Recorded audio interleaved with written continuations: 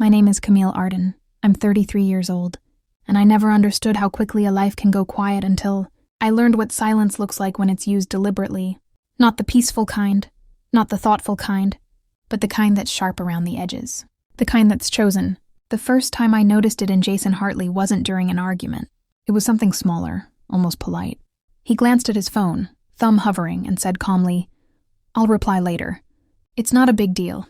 The words weren't frightening. The ease with which he said them was. Jason and I met 3 years ago in a weekend hiking group, one of those cheerful communities where strangers bond over sore legs and shared views. He was thoughtful in a quiet way, always carrying extra water, always offering snacks without making a show of it. He didn't perform for attention. He simply showed up again and again until his consistency felt like safety. We dated for 2 years before he proposed on the anniversary of our first hike, standing at a lookout point with the wind pulling at my hair, and his hands trembling, just slightly as he opened the ring box. It wasn't extravagant, it was honest. I cried because I thought I was stepping into a future that was solid and real. Wedding planning went smoothly enough. There were the usual disagreements about guest lists and budgets, but nothing alarming. His family welcomed me. My mother adored him. We set a date, booked a venue, sent out save the dates. Everything moved forward the way it does, when you believe the hard parts are behind you. Then, about 3 months before the wedding, he started mentioning his ex. Not dramatically, not constantly, just often enough to lodge in the back of my mind. Her name was Brianna Cole. They'd dated in their early 20s years ago. He said they'd reconnected recently because she was back in town for work. I asked questions carefully, wanting to be the kind of woman who didn't flinch at history. He told me they'd met for coffee, then lunch. "Just catching up," he said, like the phrase had no weight. I nodded, smiled, and locked my unease away because I believed trust wasn't something you demanded, but something you practiced.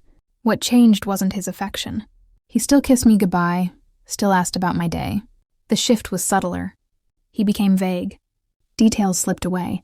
Conversations redirected themselves before landing anywhere concrete. It wasn't enough to accuse him of anything. It was enough to make me feel like I was standing at the edge of something I couldn't see.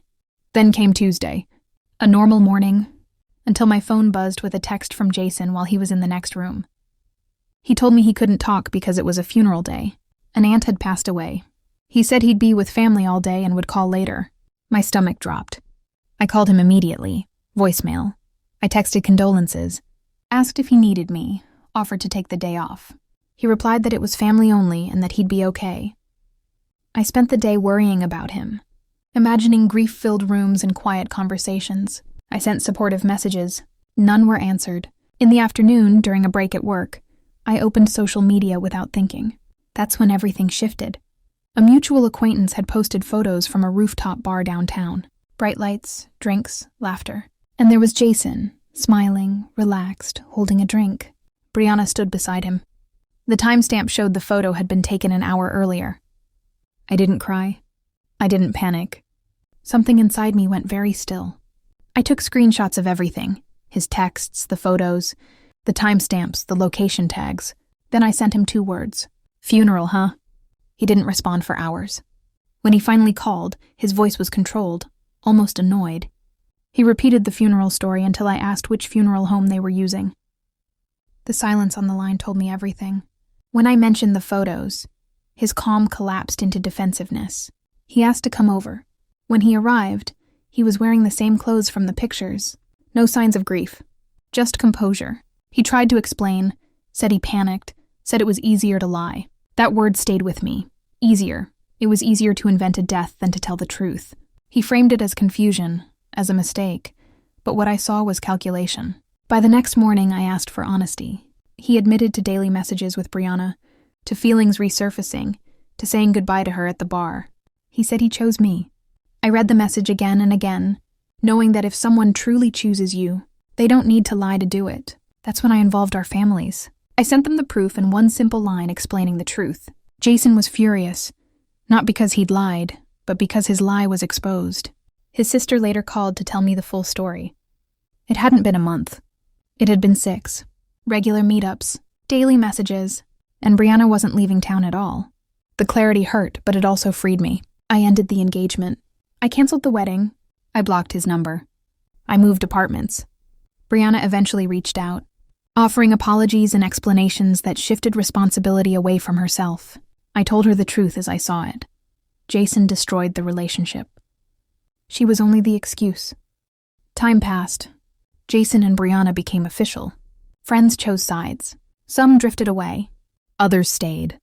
I rebuilt my routine slowly, carefully. I learned to trust discomfort instead of explaining it away. I learned that silence can be a warning, not a virtue. Now, months later, my life is quieter, but it's honest. I live in a space that belongs to me alone. The ring is gone. The wedding is a closed chapter. I don't regret exposing the truth. There's a difference between privacy and secrecy, and between revenge and accountability. I didn't ruin anything by speaking up. I ended a lie before it could become a lifetime. In the end, the most painful part wasn't the affair. It was the funeral. The choice to use death as a shield, to manipulate my empathy, to let me worry over something that never happened. That told me everything I needed to know about who he was when honesty was inconvenient. I didn't lose a future. I escaped one that would have cost me myself. And that is the conclusion I carry forward. Trust isn't proven by silence. Love isn't sustained by convenience. And walking away from deception is not failure, but self-respect.